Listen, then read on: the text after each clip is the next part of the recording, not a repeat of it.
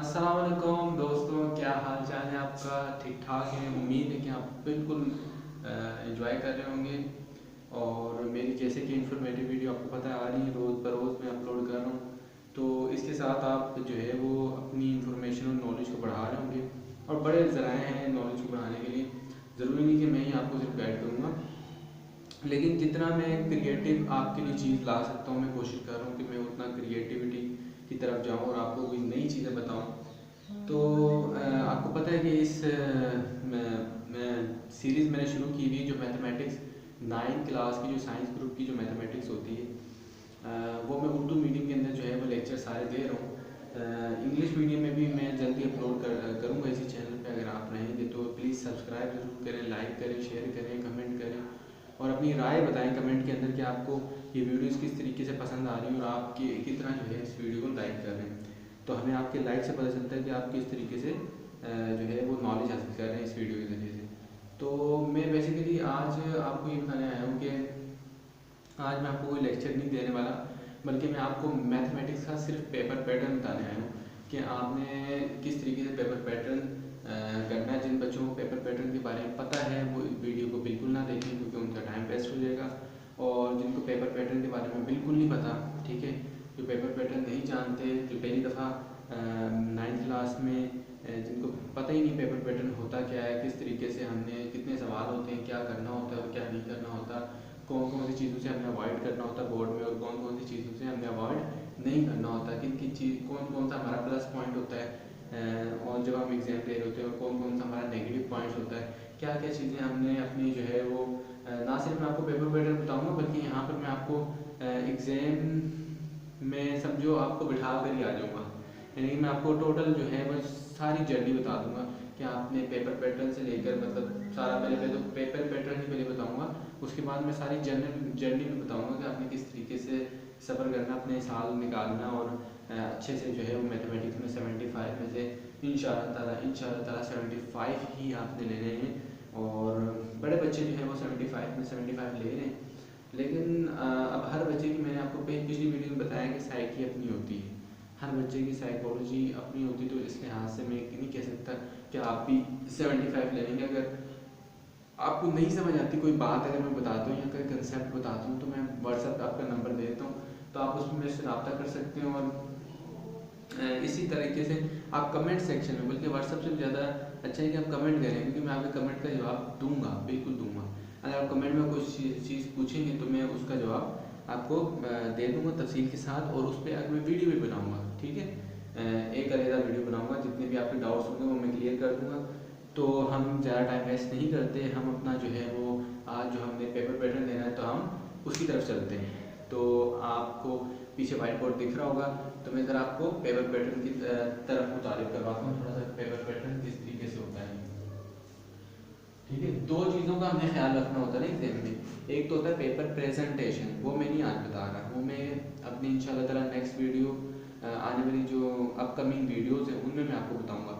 लेकिन जो paper pattern होगा वो मैं आपको, मतलब पेपर पैटर्न, पेपर का तरीक़ाकार जो होगा वो मैं आपको इसी वीडियो में जो है वो मैं आपको बता रहा हूँ। ठीक है, 9th क्लास का साइंस का, और ये पंजाब बोर्ड के लिहाज से मैं बता रहा हूँ। बाकी फेडरल में भी ऑलमोस्ट यही होता है, सेम टू सेम होता है। बाकी बोर्ड्स का मैं नहीं कह सकता, बाकी ज़ाहिर बात है डिफरेंट ही होता है पेपर पैटर्न। ये मैं पंजाब के अंदर जो स्टूडेंट रहे हैं उनको मैं बता रहा हूँ, तो लिहाजा आपने ये चीज़ गौर से देखनी है। और अगर पंजाब के स्टूडेंट नहीं है तो आप ये वीडियो स्किप कर दें, आपका कोई फ़ायदा नहीं देखने का। तो ज़रा मैं पेपर पैटर्न के बारे में आपको बताता हूँ कि पेपर पैटर्न किस तरीके से मैथमेटिक्स का अरेंज होता है, किस तरीके से वो पेपर लेते हैं। तो ज़रा देखें, ज़रा आपके पास ना आपका जो पेपर है, आपका जो मैथमेटिक्स का पेपर है वो दो पेपर में डिवाइड होता है, एक सब्जेक्टिव टाइप पेपर और एक ऑब्जेक्टिव टाइप पेपर। ठीक है, दो पेपर आपको मिलते हैं मैथमेटिक्स का। अगर आप पेपर की बात की जाए तो उसमें आपको दो पेपर मिलेंगे। ठीक है, दो पेपर मिलेंगे। एक आपका, एक पेपर होगा आपका ऑब्जेक्टिव टाइप पेपर, जो आपको सबसे पहले दिया जाएगा। यानी कि आप एग्ज़ाम के अंदर आप जाएंगे, एग्ज़ाम के अंदर जाते साथ जैसे बैठेंगे ना अपनी कुर्सी पे, रोल नंबर अपना देखेंगे, पहले रोल नंबर देखेंगे वहाँ पर जिस स्कूल में या जहाँ पर भी आपका सेंटर बना होगा ना, सेंटर आया होगा, रोल नंबर स्लिप के ऊपर लिखा होता है। तो जहाँ पर भी सेंटर आया होगा आप वहाँ सेंटर पे जाएंगे, उधर अपना रोल नंबर लिखेंगे, आपका क्या रूम बन रहा है, क्या सीट नंबर क्या बनता है, वो आप सारा चेक करके वहाँ पर आराम सुकून से जो है वो अपनी सीट पे जब बैठेंगे तो सबसे पहले पेपर आपको जो दिया जाएगा उसका नाम होगा ऑब्जेक्टिव टाइप पेपर, ठीक है। उसके बाद आपको सब्जेक्टिव टाइप पेपर दिया जाएगा और फिर ऑब्जेक्टिव टाइप पेपर आपसे ले लिया जाएगा, यानी कि आप खींच लिया जाएगा आपसे। तो सबसे पहले जो आपका पेपर है वो 2 पेपर आपको दिए जाएंगे हल करने के लिए। एक पेपर होगा ऑब्जेक्टिव टाइप पेपर, एक होगा सब्जेक्टिव टाइप पेपर। मैं आपको बताता हूँ ऑब्जेक्टिव टाइप पेपर और सब्जेक्टिव टाइप पेपर में क्या डिफरेंस है और क्या आपने करना होता है क्या नहीं करना होता, तो आप परेशान बिल्कुल ना हो, इस वीडियो के साथ रहेंगे तो आपको पता चल जाएगा। तो ज़रा देखते हैं आपका जो मैथ है, ठीक है, रियाजी मैथमेटिक्स मैथ, उसमें आपको एग्जाम में क्या होगा, एग्जाम में आपको 2 पेपर मिलेंगे, एक होगा ऑब्जेक्टिव टाइप, ठीक है, ऑब्जेक्टिव टाइप पेपर, तो एक होगा जी ऑब्जेक्टिव टाइप पेपर, क्या होगा ऑब्जेक्टिव टाइप पेपर। और ये ऑब्जेक्टिव टाइप पेपर आपको मिलेगा 15 नंबर का, यानी कि 15, इसमें क्या होगा ऑब्जेक्टिव टाइप पेपर में क्या होगा 15 एमसीक्यूज लिखे होंगे, यानी कि आपको वो एक पर्चा सा पकड़ा देंगे, ऐसे एग्जामिनर आएगा और क्या कहते हैं वो सुपरिंटेंडेंट आएगा और वो आपको ऐसे पर्चा पकड़ाएगा, उस पर्चे को बोलेंगे ऑब्जेक्टिव टाइप पेपर, और उस पर्चे के ऊपर 15 एमसीक्यूज लिखे होंगे, एमसीक्यूज मल्टीपल चॉइस क्वेश्चन लिखे होंगे, 15 इंतखाबी सवालात लिखे होंगे, ठीक है। मैं हर लैंग्वेज में बात करता हूँ, मुझे पता है हर तरीके से कोई भी बच्चा जो है, हर बच्चा मुझे देख रहा है, तो लिहाजा मैं हर लैंग्वेज में बात करने की कोशिश करता हूँ और आसान से आसान अपनी जो है वो लैंग्वेज बनाने की कोशिश करता हूँ। तो ऑब्जेक्टिव टाइप पेपर में क्या होगा, ये इंतखाबी सवालात का जो है ना वो पर्चा होगा, इसको उर्दू में हम बोलते हैं इंतखाबी सवालात का पर्चा, ठीक है। तो इसको बेसिकली क्या है, ये 15 नंबर के इसमें एमसीक्यू लिखे होंगे जो कि आपको सोल्व करने, और हर एमसीक्यू का 1 नंबर होगा, हर एमसीक्यू का 1 नंबर होगा।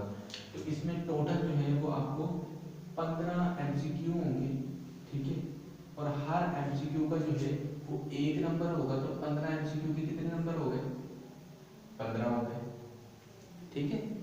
यानी कि ऑब्जेक्टिव टाइप पेपर जो है उसके अंदर 15 एमसीक्यू होंगे जो आपको सोल्व करने में, मतलब टिक करना होगा, टिक भी करना होगा और बबल भी फिल करने होते हैं ना वो आंसर शीट में, वो मैं आपको बता दूंगा कि पेपर को हल किस तरह करते हैं। मैं सिर्फ पेपर पैटर्न बता रहा हूँ आपको, हल करने का तरीका और पेपर प्रेजेंटेशन में आने वाली वीडियो बता रहा हूँ, सिर्फ मैं ये बता रहा हूँ पेपर में आता क्या है, उसको कहते हैं ना पेपर पैटर्न, पेपर में आता क्या है, किस तरीके से करना है वो तो मैं आपको बता दूंगा, ठीक है। मैं ये बता रहा हूँ कि आता क्या है। तो पेपर पैटर्न के ऑब्जेक्टिव टाइप पेपर में 15 एमसीक्यूज होते हैं, हर एमसीक्यू जो 1 नंबर का होगा, और एक को मल्टीप्लाई करेंगे, यानी कि एक को ज़रब करेंगे 15 के साथ, तो आंसर क्या आ जाएगा 15 आ जाएगा। तो यानी कि 15 नंबर होते हैं आपके ऑब्जेक्टिव टाइप पेपर में मैक्सिमम, ठीक है।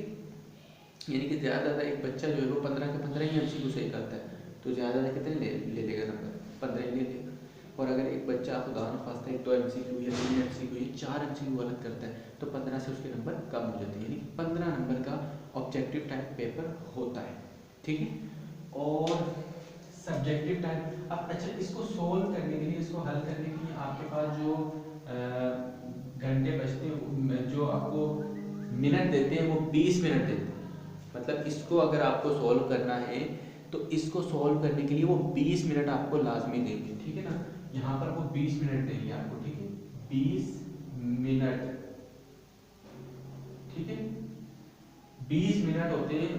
20 मिनट के बाद आपसे ये पर्चा ले लिया जाता है, ठीक हो गया, यानी कि 20 मिनट आपको पर्चा दिया जाएगा, ऑब्जेक्टिव टाइप पेपर दिया जाएगा, 20 मिनट आपने वॉच पहन के जानी है, घड़ी आपने लाजमी पहन के जानी है, इसके अलावा वहाँ पर भी लगी होती है लेकिन आपने लाजमी पहन के जानी है, आपको खुद को अंदाज़ा हो जाएगा, भरोसा भी होता है, कॉन्फिडेंस भी आता है फिर। तो आपने ना ये देखें, इसको 20 मिनट दिए, ठीक है, इसको वो 20 मिनट देंगे, 20 मिनट के बाद आपसे वो ले लेंगे फौरी तौर पे। तो 20 मिनट के अंदर आपने सारी जो है वो हल करना है एमसीक्यू को, 15 एमसीक्यू को 20 मिनट में हल करना, कोई बड़ी बात नहीं। हर एमसीक्यू के 4 ऑप्शन होंगे, बस टिक ही लगाना होगा। तो जिसको आता होगा तो वो बल्कि 1 मिनट भी आपको 10 सेकंड में वो हल कर लेगा, मतलब एक एमसीक्यू 10 सेकंड में, फिर दूसरा एमसीक्यू फिर 10 सेकंड में, तो इस तरीके से 20 मिनट पढ़े, ठीक है। तो 15 एमसीक्यू हैं, 15 एमसीक्यू और 20 मिनट आपको मिलेंगे, और 20 मिनट के बाद वो जो निगरान होते हैं वो वापस क्या आके वो आपसे ले लेते हैं पर्चा वापस। तो उसके बाद वो आपको सब्जेक्टिव टाइप पेपर दे देंगे, ठीक है। तो उसके बाद वो आपको कौन सा दूसरा पेपर देंगे, देखो 2 पेपर थे ना, आप वो सब्जेक्टिव टाइप पेपर देंगे, जिसको उर्दू में शायरी दर्स भी बोला जाता है। तो सब्जेक्टिव टाइप पेपर दे देंगे वो। दूसरे नंबर पे क्या आ जाएगा, subjective type paper, subjective type paper. तो सब्जेक्टिव टाइप पेपर, ठीक है, सब्जेक्टिव की किस्म वाला पेपर। तो सब्जेक्टिव टाइप पेपर इसमें क्या होगा, सब्जेक्टिव टाइप पेपर में आपको बेसिकली सबसे ज़्यादा नंबर सब्जेक्टिव टाइप पेपर के होते हैं, ठीक है। ऑब्जेक्टिव टाइप के तो सिर्फ 15 होते हैं, सब्जेक्टिव टाइप के जो हैं वो 60 होते हैं, और ये टोटल 75 बनते हैं मैथमेटिक्स के पेपर में। तो ये आपके पास कितने नंबर होंगे, 60 नंबर होंगे, ठीक है, 60 नंबर्स। तो 60 नंबर्स होते हैं भाई, और इसके लिए आपको पता है कि 2 घंटे और यहाँ पर आपको कितना वक्त दिया जा रहा है, 10 मिनट। तो 2 घंटे और 10 मिनट आपको क्या किया जाता है, दिए जाते हैं इसमें। तकरीबन इतने 2 घंटे 10 मिनट आपको यहाँ पर मिल जाते हैं। तो इतना टाइम में 2 घंटे और 10 मिनट में लिख देता हूँ, 2 घंटे एंड 10 मिनट। तो इतने टाइम में आपने क्या करना होता है, सोल्व करना होता है अपने पेपर को, सब्जेक्टिव टाइप पेपर आपके ना इतने टाइम में आपने सोल्व करना। 2 घंटे बाद 2 घंटे और 10 मिनट गुजरेंगे तो पेपर ले लेंगे आपसे, तो लिहाजा आपने क्या करना होता है, इसको सोल्व करना होता है। अब इसके अंदर जो है वो क्या पूछा जाता है, ठीक है। ऑब्जेक्टिव टाइप में क्या था कि एमसीक्यू पूछ जाएंगे, बुक के पीछे जो एक्सरसाइज में ना वो एमसीक्यू अपने याद करने होते हैं, वही एमसीक्यू ज़्यादातर आते हैं। जो अंदर से आने वाले होंगे ना एमसीक्यू 1, 2 या 3, 4, तो वो मैं आपको साथ साथ लेक्चर बता दूँ, उसकी टेंशन नहीं है। एक्सरसाइज एमसीक्यू अपने बहुत फिंगर टिप पे रखने हैं, यानी कि याद रखना है आपको। फिंगर टिप का मतलब याद रखना है आपको उसको पूरी तौर पर। एक्सरसाइज आपको जुबान याद होनी चाहिए एमसीक्यू। बाकी जो अंदर से एमसीक्यू बनते हैं ना, 2-4 अंदर से ही बन जाते हैं, ऐसे नहीं कि सारे एक्सरसाइज से याद है। 2-4 बन जाते हैं, तो वो मैं आपको क्या करूँगा, लेक्चर में क्लियर करवा दूँगा, आपको कोई टेंशन नहीं होगी। अगर आपने लेक्चर इसी चैनल से लिए होंगे तो प्रॉब्लम नहीं होगी कोई, ठीक है। तो यहाँ पर देखें 2 घंटे और 10 मिनट का ये सब्जेक्टिव टाइप पेपर आपको मैं बता रहा हूँ कि ये होता है। तो इसमें बेसिकली आपके पास क्या क्या क्या होता है सब्जेक्टिव टाइप पेपर में, वो क्या क्या आपसे पूछते हैं, तो वो मैं बात कर रहा हूँ सर, क्या पूछते हैं। तो सब्जेक्टिव टाइप पेपर में सबसे पहले आपके पास होता है हिस्सा अव्वल, ठीक है, हिस्सा अव्वल, जिसको इंग्लिश मीडियम वाले सेक्शन 1 का नाम देते हैं, या सेक्शन आई के देते हैं ना, 1 होते थे। तो इसको जो है वो इंग्लिश मीडियम वाले क्या लिखते हैं, सेक्शन 1, ठीक है। हिस्सा अव्वल होता है, जिसको इंग्लिश मीडियम वाले क्या लिखेंगे, सेक्शन 1। तो सेक्शन 1 होता है, और सेक्शन 1 के अंदर जो है बेसिकली आपके पास कितने सवाल होते हैं, ठीक है। सेक्शन 1 के अंदर सवाल नंबर 2 होता है, सवाल नंबर 3 होता है, और सवाल नंबर 4 पूछा जाता है, ठीक है। अब ये आप पूछेंगे जी सवाल नंबर 2 क्यों, सवाल नंबर 1 क्यों नहीं, क्योंकि सवाल नंबर 1 इस वजह से सब्जेक्टिव टाइप में नहीं होता, क्योंकि सवाल नंबर 1 आपका इंतखाबी वाला पर्चा जो आपको दिया होता है वो सवाल नंबर 1 होता है, जिसके अंदर 15 एमसीक्यू होते हैं, और उनको मैं बता चुका हूँ आपको, उसको कहते हैं सवाल नंबर 1। अब यहाँ से जो है वो सवाल नंबर 2 स्टार्ट होता है, क्योंकि ये सब्जेक्टिव टाइप पेपर होता है। तो ये सब्जेक्टिव टाइप पेपर में सवाल नंबर 2 होगा, सवाल नंबर 3 होगा, सवाल नंबर 4 होगा। लेकिन कौन से वाले पोर्शन में, सब्जेक्टिव टाइप तो है, लेकिन कौन से वाले पोर्शन में, सेक्शन 1 में, हिस्सा अव्वल में। तो हिस्सा अव्वल में कितना आपके पास सवाल होते हैं, कौन कौन से सवाल होंगे, सवाल नंबर 2, सवाल नंबर 3, सवाल नंबर 4। मैं लिखता हूँ जरा, सवाल नंबर 2 में आगे कितने पार्ट आपके सवाल नंबर 2 के आपके जो है सोल्व करने होते हैं आपके। तो सवाल नंबर 2 लिखते जा रहे हैं। तो सवाल नंबर 2 यानी कि क्वेश्चन नंबर 2। तो क्वेश्चन नंबर 2 में बेसिकली आपके पास जो है वो टोटल जो है वो 9 होते हैं सवाल, ठीक है। आपके पास 9 होते हैं और आपने 9 सवालों में कितने सवाल करने होते हैं? सिर्फ 6 अटेम्प्ट करने होते हैं। ठीक है, टोटल 9 होते हैं और अटेम्प्ट यानी कि अटेम्प्ट कितने करने होते हैं? 6 करने होते हैं, यानी कि 3 सवालों की चॉइस है, 3 सवाल आप छोड़ सकते हैं। ठीक है, 6 सवाल आपने लाजमी करने होते हैं, यानी कि 9 सवाल है, 9 में से 9 नहीं करने आपने। एफिशिएंसी नहीं बनना, एफिशिएंसी नहीं दिखानी वहाँ पर कि भाई जी मुझे 9 आते तो 9 के 9 करने, ये काम छोड़ दें आप, एफिशिएंसी ना दिखाएं। 6 करने, 6 के ही नंबर मिलेंगे, 7 करेंगे तो एक हर सवाल का 1 नंबर है। ठीक है, तो उतने ही नंबर मिले। 6 सवाल बोला है उन्होंने खुद ही कहा होगा ऊपर के सवाल नंबर 2 में कोई से 6 सवाल करें और होंगे 9 सवाल अंदर, तो 9 में से 6 ही करना है। टाइम वेस्ट नहीं करना कि भाई हमें तो सारा कुछ आता है, 9 के 9 ही कर दें, 8 के 8 करते हैं, 7 कर दें, 7 भी नहीं करने आपने। टाइम जब आपको कॉन्फिडेंस है, इतनी ही कॉन्फिडेंस है कि आपकी कैरी बहुत ज़्यादा है, तो आप 6 के 6 सही के सही करें, आपको पूरे के पूरे नंबर मिलेंगे।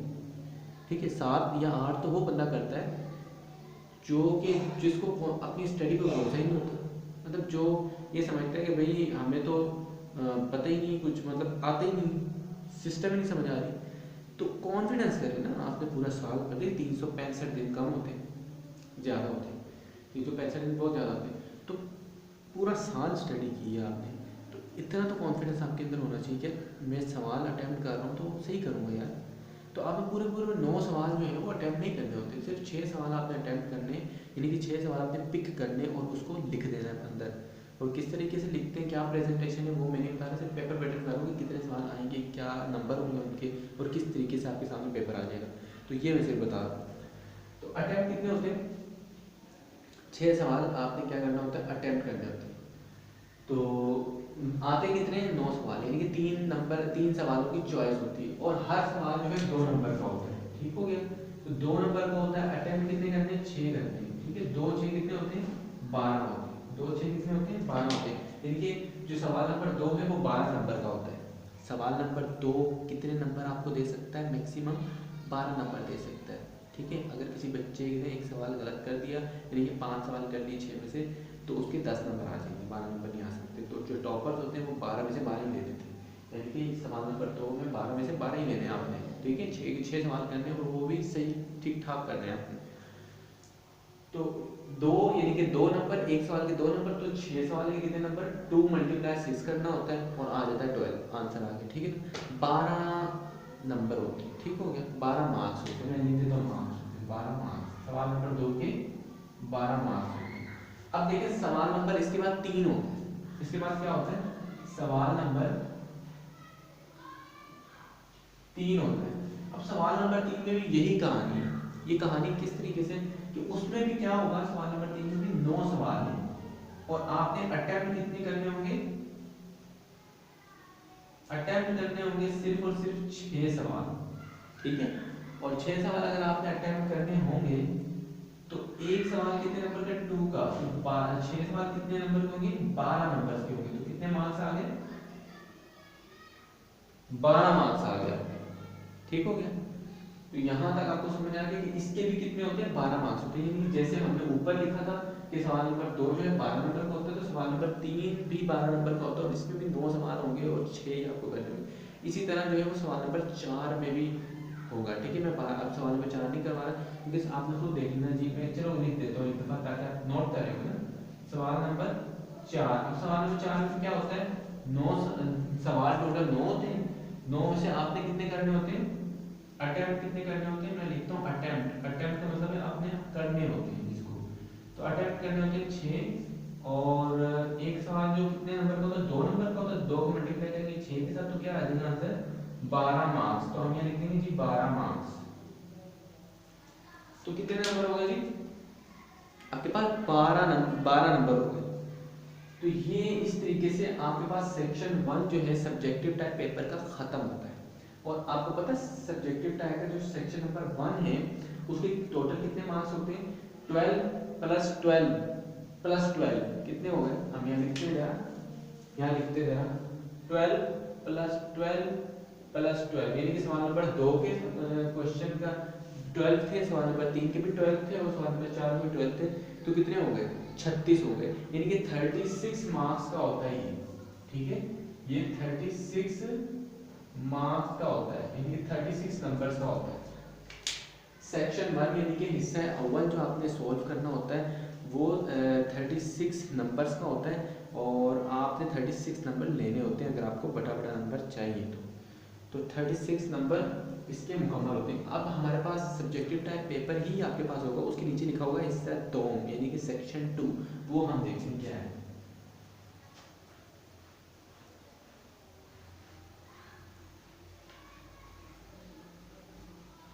तो हिस्सा 2 हम देखने वाले हैं कि हिस्सा 2 में क्या है, यानी कि सेक्शन 2 जो इंग्लिश मीडियम वाले होंगे उनके पेपर में लिखा होगा सेक्शन 2। तो यहाँ पर हम जरा देखते हैं कि सेक्शन 2 में क्या क्या है। सेक्शन 2 तो हिस्सा 2 क्या है? सेक्शन 2।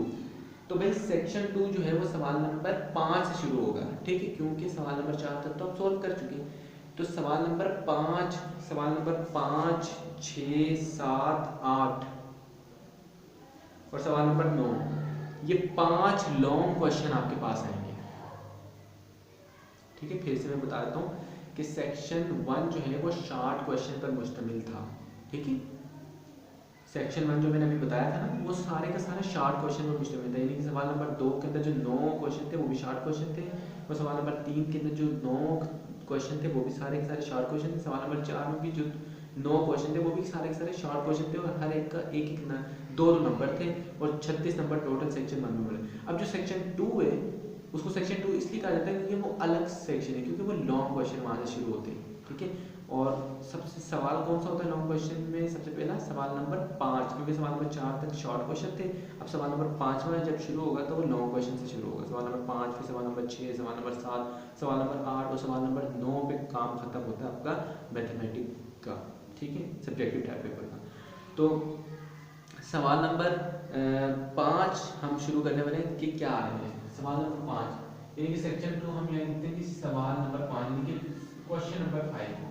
तो सवाल नंबर 5, तो सवाल नंबर 5 के ना 2 पार्ट होते हैं, ठीक है, अलिफ पार्ट और बे पार्ट, यानी कि ए पार्ट और बी पार्ट। जो इंग्लिश मीडियम है उनका लिखा होगा ए पार्ट और बी पार्ट, ए बी लिखा होता है, ठीक है। ए अलग शॉर्ट क्वेश्चन आ गया और बी अलग शॉर्ट क्वेश्चन, यानी 2 पार्ट में दो शॉर्ट क्वेश्चन, 2 लॉन्ग क्वेश्चन होते हैं, सॉरी। इसमें सवाल नंबर 5 एक टोटल लॉन्ग क्वेश्चन है, इसके अंदर 2 लॉन्ग क्वेश्चन होते हैं, सब डिवाइड किया होता है इसको।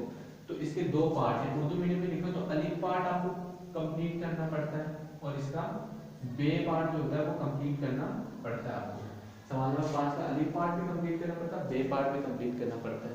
तो अलिफ पार्ट के जो होते हैं वो नंबर होते हैं 4 और बे पार्ट के भी नंबर होते हैं 4। तो ये सवाल नंबर 5 के कितने नंबर हो गए? इस सवाल नंबर 5 के कितने नंबर हो गए? इस सवाल नंबर 5 के हो गए जी 8 नंबर।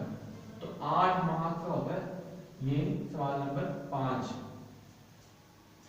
इसी तरीके से यही पैटर्न रहेगा सवाल नंबर 6 का। 6 का भी यही पैटर्न है, मतलब यही तरीका रहेगा, यानी कि 2 पार्ट होंगे और हर पार्ट का 4 नंबर होंगे आपके पास, यही पैटर्न रहेगा। और सवाल नंबर जो है 7 है उसका भी यही तरीका है, ठीक है। 2 पार्ट होंगे और 2 पार्ट के यही नंबर होंगे, 8 नंबर, 8 यहाँ पर भी 8 डालूंगी और यहाँ पर भी 8 डालूंगी, ठीक हो गया। इसी तरीके से सवाल नंबर 8 भी सेम है। सवाल नंबर 9 थोड़ा डिफरेंट होगा, वो बताने में आपको क्या है। सवाल नंबर 8 जो है उसके भी 2 पार्ट होंगे अलिफ और बे, और उसके भी 8 नंबर होंगे, ठीक है। 8 मार्क्स में लिख देता हूँ, 8 मार्क्स इसके भी है, इसके भी 8 मार्क्स से मैंने लिख दी, जैसे ऊपर वाले के लिखे थे इसके भी 8 मार्क्स मैंने यहाँ पर लिख दी। तो इसी तरीके से सवाल नंबर 5, फिर सवाल नंबर 6, फिर सवाल नंबर 7, फिर सवाल नंबर 8, ठीक है। अब ये 5 सवालों में जो है ना वो आपने कोई से 3 सवालात के जवाब देने होते हैं, लेकिन सवाल नंबर 9 लाजमी होता है, ठीक है। सवाल नंबर 9 लाजमी होता है। और सवाल नंबर 9 होता क्या है? सवाल नंबर 9 में बेसिकली 2 मसले आते हैं। सवाल नंबर 9 में अलिफ और बे पार्ट नहीं लिखा होता, सवाल नंबर 2 में चॉइस होती है बस, ठीक है।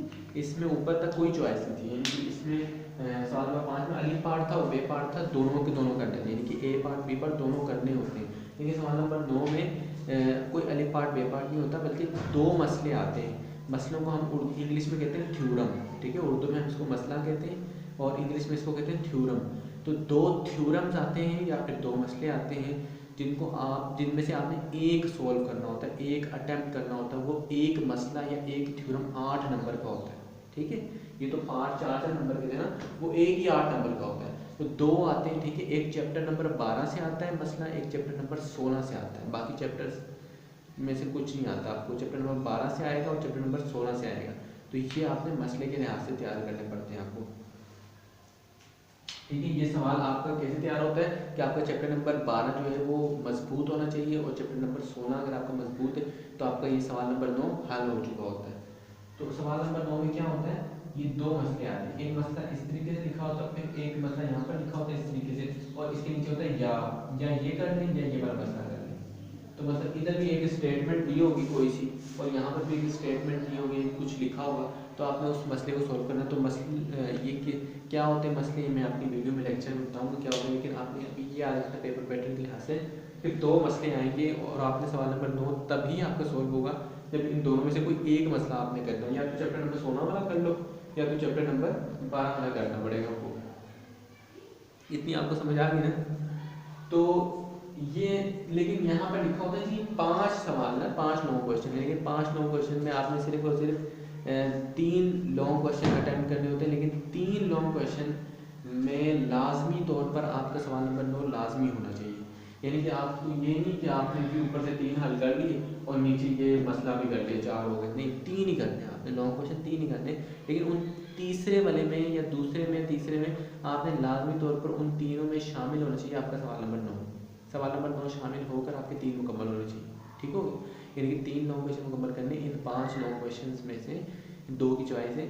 लेकिन आपने चॉइस में सवाल नंबर 9 नहीं छोड़ना, क्योंकि उन्होंने लिखा है कि ये सवाल नंबर 9 लाजमी है, यानी कि इसके साथ 3 मुकम्मल करने हैं आपने, ठीक हो गया। इसके साथ सवाल नंबर 9 करना है, बाकी सवाल नंबर 9 लाजमी करना है, उसके अलावा 2 लॉन्ग क्वेश्चन यहाँ से उठा लेना, कोई से भी जो आते हो, सवाल नंबर 8 का, सवाल नंबर 7 का, सवाल नंबर 5 का उठा लें, 2 कोई से भी उठा लें। सवाल नंबर 9 लाजमी करना है। तो टोटल कितने हो जाएंगे 3, एक सवाल नंबर 9 और 2 आपने अपनी मर्जी से कोई भी 2 लॉन्ग क्वेश्चन उठा लें, ठीक है। सवाल नंबर 9 लाजमी करना, तो ये हो जाए 3, ठीक है। 2 आपने अपनी मर्जी से उठा ली, एक सवाल नंबर 9 लाजमी आपने कर लिया, मसला किया, तो सवाल नंबर 3 लॉन्ग क्वेश्चन मुकम्मल होगा, बस इनफ हो गया आपका। कितने हो गए ये 3 लॉन्ग क्वेश्चन है, तो तीनों के 8-8 नंबर होते हैं, ठीक है। 8 + 8 + 8 तो कितने हो गए आपके पास, 8 + 8 16, 16 और ये हो गई 24। तो ये आपके पास इसी तरीके से टोटल मिलाकर कितने बनते हैं 60 मार्क्स का आपका ये सब्जेक्टिव टाइप पेपर होता है, ठीक है। हिस्सा अव्वल और हिस्सा दोम पर मुश्तमिल होता है सब्जेक्टिव पेपर आपका, यानी कि सेक्शन 1 और सेक्शन 2 पर मुश्तमिल होता है। तो इसमें आपके कितने मार्क्स हैं, टोटल 60 मार्क्स आपके इसमें होते हैं और ये आपने इस तरीके से सॉल्व करना होता है। तो ये आपको पेपर पैटर्न आपको अगर पता होगा तो हम इसी तरीके से जो है वो चलने वाले हैं आपके, यानी कि सवाल नंबर 9 अगर लाजमी आपने करना है इसमें से, क्योंकि सवाल नंबर 9 जो है वो आपके चैप्टर नंबर 12 चैप्टर नंबर 16 से आता है।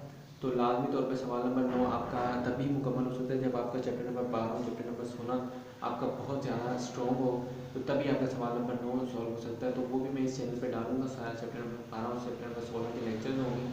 तो आहिस्ता आहिस्ता मैं सीरीज़ 4 हूँ, 1.1 मैंने कंप्लीट की, 1.2 जो है वो हमारी जो है वो स्टार्ट है। स्लो ज़रूर चल रहे हैं लेकिन हम कंसेप्ट के साथ चल रहे हैं, ठीक है ना। आपने ये नहीं सोचा कि स्लो चल रहे हैं, स्लो नहीं चला जाता, बल्कि कंसेप्ट के साथ चला जाता। कंसेप्ट चाहे स्लो भी हो तो गुजारा करता है, ठीक है ना। आपने एक दफ़ा अपना टाइम लगाना है, बार बार टाइम नहीं लगाना होता। यानी कि इधर भी आपने इधर 5 मिनट की वीडियो देख ली, उधर भी देख ली, इस तरह नहीं, एक ही वीडियो आपने देखनी और आपने अपना टाइम जो है वो एक ही जो है चीज़ पे भरोसा करना और अपना टाइम जो है उसमें लगाना है और मेहनत करनी है। तो इस तरीके से होता है काम। तो ये सारा पेपर पैटर्न मैं आपको बता चुका हूँ, इससे ऑब्जेक्टिव टाइप पेपर और सब्जेक्टिव पेपर। और इम्पोर्टेंट जो मैंने आपको बताया कि जर्नी के बारे में बताया कि जी इम्तिहान में तो ये होता है कि जर्नी यही होती है कि आपका जी कल पेपर होता है और आज आपने स्टडी करना शुरू कर दी होती है। इस तरह काम आपने बिल्कुल नहीं करना। सबसे पहली बात आपने याद रखनी, मैं इसको मिटा देता हूँ पहले। सबसे पहले आपने बात याद रखनी कि जब आपका इम्तिहान जो है वो 9th क्लास का हो, ठीक है, ठीक है, स्पेशली मैं 9th क्लास का पेपर पैटर्न स्टडी कर रहा हूँ, तो मैं 9th क्लास के लिहाज से ही आपको गाइड करने वाला हूँ, ठीक है। तो आपने इम्तिहान जो है 9th क्लास का आपका है, ठीक है ना। जैसे कल आपका 9th क्लास का पहला पर्चा है, वो मैथ का हो, इंग्लिश का हो, कोई भी हो, डिफरेंट डिफरेंट होते हैं, जरूरी नहीं हर साल एक ही इंग्लिश का था पिछले साल, तो इस साल भी पहला पर्चा इंग्लिश का होगा, नहीं, डिफरेंट डिफरेंट होते हैं, ठीक है, मेथड होते हैं उनके। तो अगर आपके अभी जो है वो क्या कहते हैं, कल एग्जाम पेपर है, कल आपका पेपर यानी कि है, तो आपने आज पढ़ना नहीं है बिल्कुल, ठीक है। उसकी रीज़न ये होती है क्योंकि आज आप अगर पढ़ना शुरू करेंगे ना तो आप स्ट्रेस लेके पढ़ेंगे, ठीक है। मैं ये नहीं कहता कि वो बच्चे जो स्ट्रेस को कंट्रोल कर सकते हैं वो पढ़ सकते हैं, ठीक है, मैं बिल्कुल नहीं कह रहा कि ना पढ़ो, ठीक है, लेकिन ज़्यादातर मैं एडवाइस आपको ये करता हूँ क्योंकि आपने पूरा साल क्या किया होता है, ठीक है। अगर आप उस दिन पढ़ेंगे तो फिर मैं आपसे पूछता हूँ कि पूरा साल आपने क्या किया, आपको आपके कंसेप्ट कच्चे, आपकी रूटीन कच्ची, क्या कच्ची जो आप एंड में एक दिन आपको मिल जाएगा तो आप पता कर लेंगे पूरी दुनिया, ठीक है। ये आपकी साइकी होती है सिर्फ कि यार एंड वाले दिन में आप खुद सोचें कितने बच्चे एंड वाले दिन पढ़ते हैं, क्या सारे बोर्ड में टॉप करते हैं, कोई एक आपके जहन में आ रही है बात। तो इसलिए मैं बता रहा हूँ कि ऐसा काम नहीं करना, इसका कंसेप्ट पक्का हो, जिसने 365 दिन लगाए हो ना, एक साल पूरा लगाया हो, तो उसको एंड वाले दिन में जो एक दिन होता है उस पर पढ़ने की ज़रूरत नहीं होती, बल्कि एंड वाले दिन में जो पढ़ोगे ना वो भूल जाएगा। ये मैं अपने ज़ाती एक्सपीरियंस से, मेरे साथ ऐसा होता था, तो मैंने ये छोड़ दिया था, 9th क्लास से ही छोड़ दिया था, मतलब 10th क्लास में जब मैं गया था ना तो तब मैंने ये इस तरीके से जहन की रात में पढ़ता ही था, माशाल्लाह नंबर भी मेरे जो है वो 80% से ऊपर जाते थे, ठीक है, यानी कि नियर अबाउट 90 के लो, 90 क्रॉस तो नहीं लेकिन 90 पर भी मैं जाता रहा, ठीक है। तो इस तरीके से ना नंबर आते हैं आपके, ज़्यादा एफिशिएंट बनने की कोशिश नहीं करनी आपने। पहली बात तो सिंपल सी है कि जिस दिन आपका कल पेपर है तो आप आज आपने किसी सूरत में नहीं पढ़ना होता है, उसकी रीज़न ये है कि आप पढ़ोगे और भूलोगे, पढ़ोगे और भूलोगे, ठीक है। दूसरी बात, पहली बात पे आपने अमल करिए कि no study at the time of your paper, ठीक है, आई इम्प्लीमेंटेड, ठीक है, no study at the time of your paper। तो आपका जो पेपर होता है ना, जब पेपर होता है तो उस दौरान आपने ये पॉइंट याद रखना है कि आपने कोई स्टडी नहीं करनी, नो स्टडी, आपकी कोई स्टडी नहीं होनी चाहिए उस वक्त, क्योंकि उस वक्त ये होता है कि आपका माइंड जो है ना वो जो चीज़ें आपको याद होती हैं ना वो चीज़ें रिवर्स हो जाती हैं, भूलने लग जाती हैं बार बार, क्योंकि प्रेशर डेवलप हो जाता है आपके ऊपर, ठीक है। प्रेशर डेवलप हो जाए तो बड़े से बड़ा जो बहुत अच्छा जो खिलाड़ी होता है, आपने ये भी देखा होगा क्रिकेट के दिन चल रहा है कि T20 वर्ल्ड कप चल रहा है तो वो भी आउट हो जाता है ना, मतलब ये प्रेशर है ही चीज़ ऐसी। तो आपने जो है वो पेपर वाले दिन नहीं पढ़ना, ठीक है, पेपर से पहले पढ़ लेना, ठीक है, एक हफ्ता 2 हफ्ते, लेकिन पेपर जिस दिन कल पेपर है आपने आज नहीं स्टडी करनी होती। तो ये मेरे साथ एक्सपीरियंस हो चुका है और काफ़ी फ्रेंड्स से मैंने बात की तो वो भी, उनका भी यही कहना है कि भाई पेपर वाले दिन पढ़ के जो है ना वो बहुत बड़ी गलती होती है। तो लिहाजा मैं उनका एक्सपीरियंस भी आपके साथ शेयर करने वाला हूँ, बल्कि मैं कमेंट में भी आपको बता दूँगा कि किस तरीके से आपने इन चीज़ों से बचना होता है। तो दूसरी बात, ठीक है, दूसरा पॉइंट ये होता है कि पहली बात ये है कि आपके जब आप पेपर देने जा रहे हो, ठीक है, उससे एक दिन पहले स्टडी नहीं करनी तो फिर क्या करना है, ऐसे वेले नहीं बैठना, अपना काम करना है, ठीक है। क्या काम करना है कि अपना जो सामान है, ठीक है, आपका यानी कि पेपर से एक दिन पहले, 9th क्लास के बारे में स्पेशल बता रहा हूँ, ठीक है, बाकी भी यही होगा लेकिन मैं स्पेशल 9th क्लास के बारे में बता रहा हूँ कि एक दिन पहले, पेपर से एक दिन पहले आपने क्या करना होता है, पढ़ना नहीं होता, लेकिन आपने आपका पेन, पेंसिल, रेज़र, शार्पनर, हर चीज़ जो है वो आपने सेट करनी होती है, ठीक हो गया।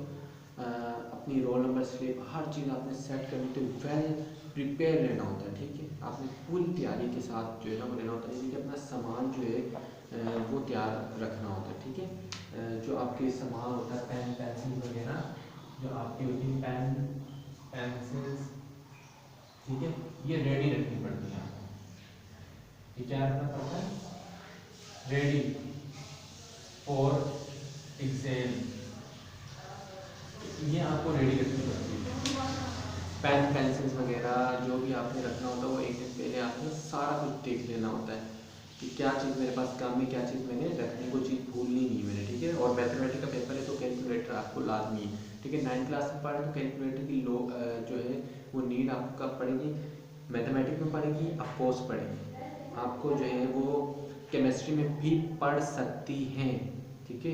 केमिस्ट्री में भी पढ़ सकती है और फिजिक्स में तो लाजमी पढ़ेगी, ठीक है। मैथमेटिक्स, केमिस्ट्री और फिजिक्स के पेपर में आप कैलकुलेटर लेके जा सकते हो, अलाउ है और आप लेके भी जाना ज़रूरी है आपके लिए, ठीक है।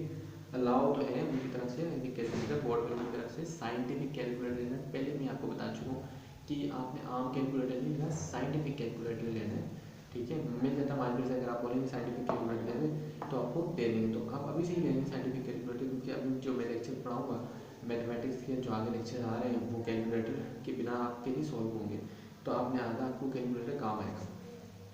इसके अलावा जो थर्ड पॉइंट है वो मेरा यही है कि आपने जब अपने जो भी सेंटर आपका होगा एग्ज़ाम का, जो भी आपका सेंटर है, जो मर्जी आपका सेंटर आया होगा, जहाँ पर भी आपका आएगा, दरअसल गवर्नमेंट स्कूल्स में सेंटर बन जाते हैं, तो कहीं पर भी अगर आपका सेंटर बनेगा किसी स्कूल में भी, तो आपने सबसे पहले जाना है और वहाँ पर जाकर अपने माइंड को 15 मिनट जो है वो रिलैक्स रखना है। ये नहीं कि सोचते रहें यार इस सवाल का जवाब क्या था, ये सवाल ये था, ये सवाल वो था। 15 मिनट रिलैक्स रहना है, ठीक है। जैसे गेट खुलेगा स्कूल का, आपने सबसे पहले अपना रोल नंबर जो दीवारों में लगा होता है, ठीक है, आपने वो देखना है कि आपकी सीट नंबर क्या बन रहा है, जो भी बन रहा है आपने रिलैक्स होकर अपनी सीट पे बैठना है और अपने आपको बिल्कुल रिलैक्स कर देना, कूल डाउन हो जाना है, ठीक है।